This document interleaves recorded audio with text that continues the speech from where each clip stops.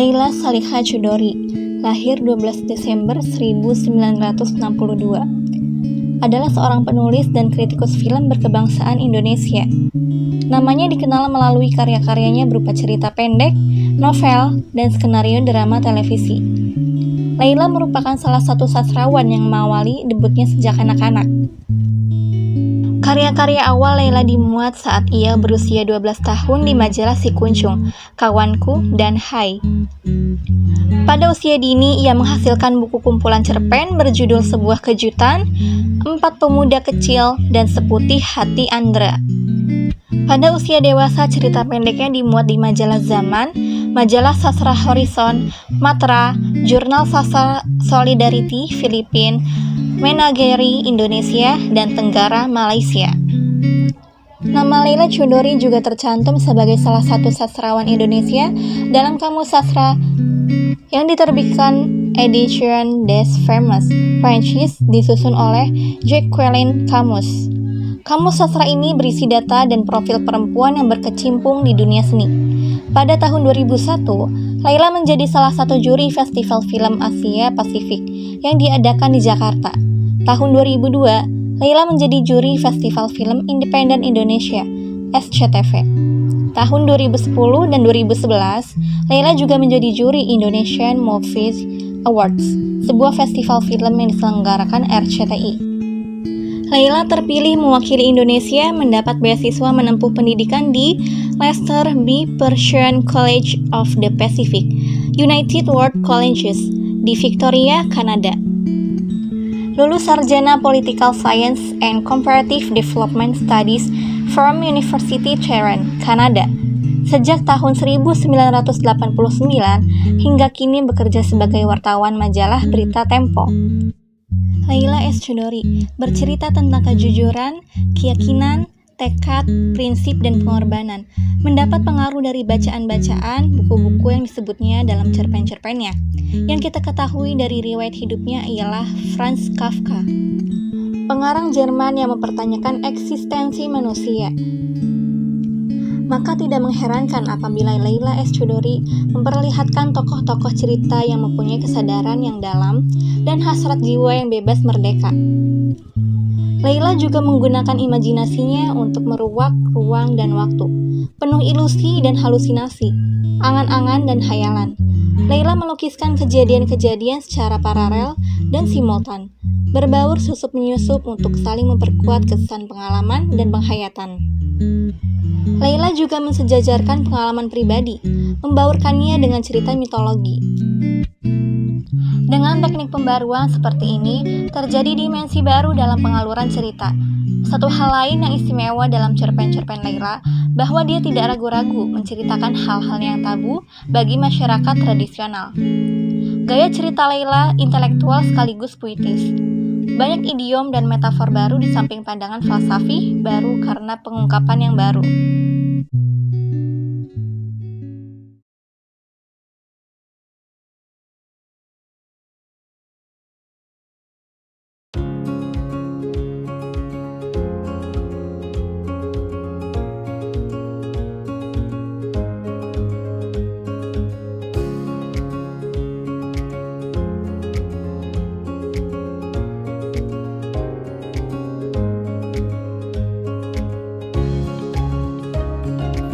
Judul buku, Pulang, penulis buku Leila Saliha Chudori, genre buku, fiksi sejarah dan fiksi politik, bahasa Indonesia, penerbit buku, Kepustakaan Populer Gramedia, tahun terbit 2012, jumlah halaman 474 halaman, lembar buku 13,5 cm, panjang buku 20 cm, ISBN 9786024242756.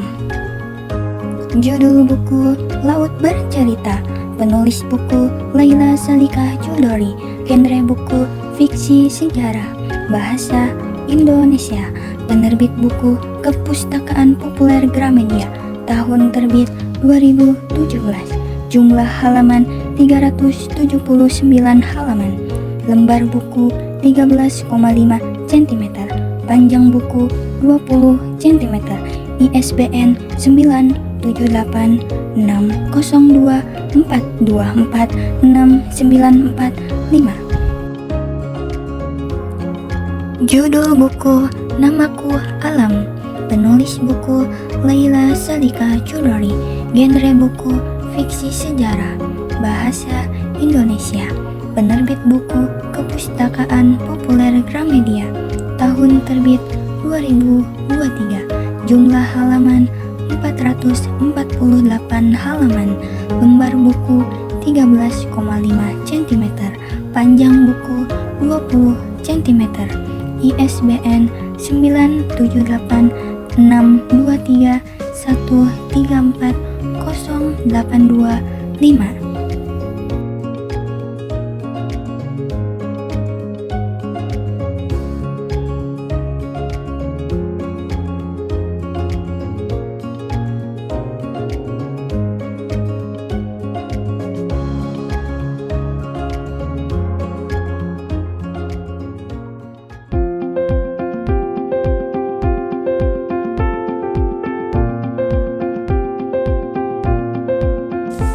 Novel Pulang menceritakan kisah 4 orang buangan politik akibat peristiwa 30 September 1965. Kondisi politik Indonesia pada saat itu tidak memungkinkan mereka untuk kembali ke Indonesia. Di negara orang, mereka berjuang untuk hidup. Novel ini akan mengajak pembaca merasakan sudut pandang dari tokoh-tokoh dalam novel mengenai pergulatan mereka bergelut dengan rezim dan rasa damba untuk pulang ke tanah air. Dimas Suryo, Nugroho Dewantoro, Rizjaf, dan Cahyadi Soekarno atau Chai Sinsu adalah 4 pemuda yang pada saat kemelut politik September 1965 tengah berada di luar negeri. Ketiganya merupakan wartawan kantor berita Nusantara kecuali Chai. Sebelum peristiwa 30 September 1965, Dimas Suryo dan Nugroho menghadiri konferensi International Organization of Journalists di Santiago, Chile. Sedangkan Rizjaf menghadiri event lain di Havana, Kuba.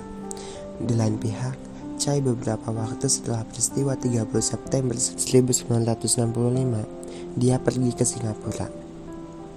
Mengetahui gonjang-ganjing politik di Indonesia yang tengah memanas karena siapa saja bisa dengan mudah dikaitkan dengan PKI, terlebih status mereka yang merupakan wartawan kantor berita Nusantara yang kala itu kental dicap sebagai sarang PKI. Mereka memutuskan untuk tidak pulang karena sangat berbahaya. Persoalan yang mendasar adalah paspor mereka dicabut, sehingga pulang ke tanah air adalah mustahil. Peristiwa ini kontan membuat mereka menyandang status buangan politik. Keempat orang ini bertemu di Paris setelah bertahun-tahun menetap dan mencari penghidupan di Paris. Mereka akhirnya memperoleh status sebagai warga negara Prancis. Untuk bertahan hidup, mereka menjalani sejumlah pekerjaan serabutan. Mereka mendirikan restoran masakan Indonesia yang mereka namai Restoran Tanah Air.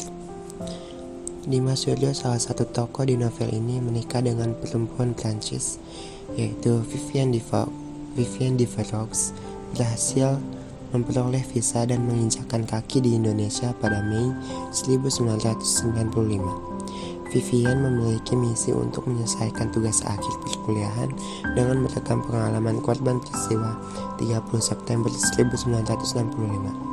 Sebulan setelahnya, ayahnya Dimas Suryo bisa pulang ke tanah air tercintanya meski sudah menjadi satu dengan tanah. Demikian disarikan dari laman resmi Laila S. Chudori.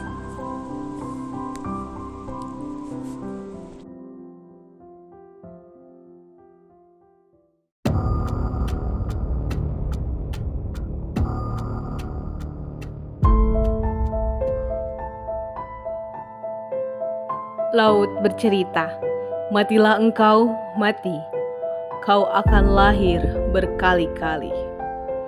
Biru Laut, seorang mahasiswa yang aktif dalam organisasi Winatra dan Winasena yang sepemikiran dengannya. Biru Laut bersama teman-temannya yang menginginkan keadilan serta pemerintah yang demokrasi. Laut bercerita senang berdiskusi dan membaca buku karya pemuda Anantatur yang pada saat itu dilarang. Apakah Biru Laut bersama teman-temannya masih hidup? Lalu di mana mereka semua? Jakarta, April 2020.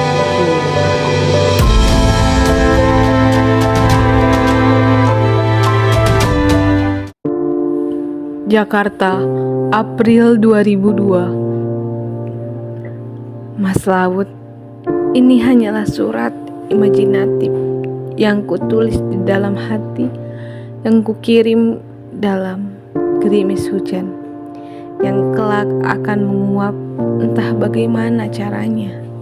Aku tahu surat ini akan tiba di tanganmu. Surat dari adik pada kakaknya yang entah ada di mana. Biru Laut, seorang mahasiswa aktivis pada tahun 1998. Pada masa pimpinan rezim Soeharto hingga pengkhianatan dari teman-temannya dan penyusupan ke dalam organisasi itu. Biru dan teman-temannya hilang. Hingga kini tak ada jejaknya. Laut menjadi tempat tinggalnya untuk selama-lamanya. Maka di hari kematianku, kawan, pastikan suaraku datang laut. Pastikan jiwaku menjadi bagian dari api.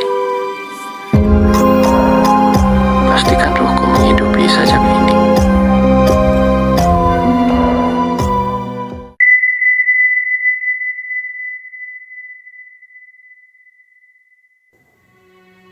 Segara Alam, salah satu karakter ciptaan Leila Salika Chudori yang meninggalkan kesan mendalam bagi para pembaca buku pulang. Meskipun muncul nyaris di akhir cerita, Segara Alam berhasil menarik perhatian pembaca karena memiliki gejolak kemarahan atas peristiwa pada masa lalu. Lelaki tinggi, berambut ikal, berkulit coklat gosong, berwajah kasar, dan bertubuh atletis itu hidup dengan menanggung dendam. Pada novel Namaku Alam, latar belakang sang karakter favorit pembaca pulang itu dikupas tuntas. Namaku Alam, cerita berlatar 1965 sampai 1982.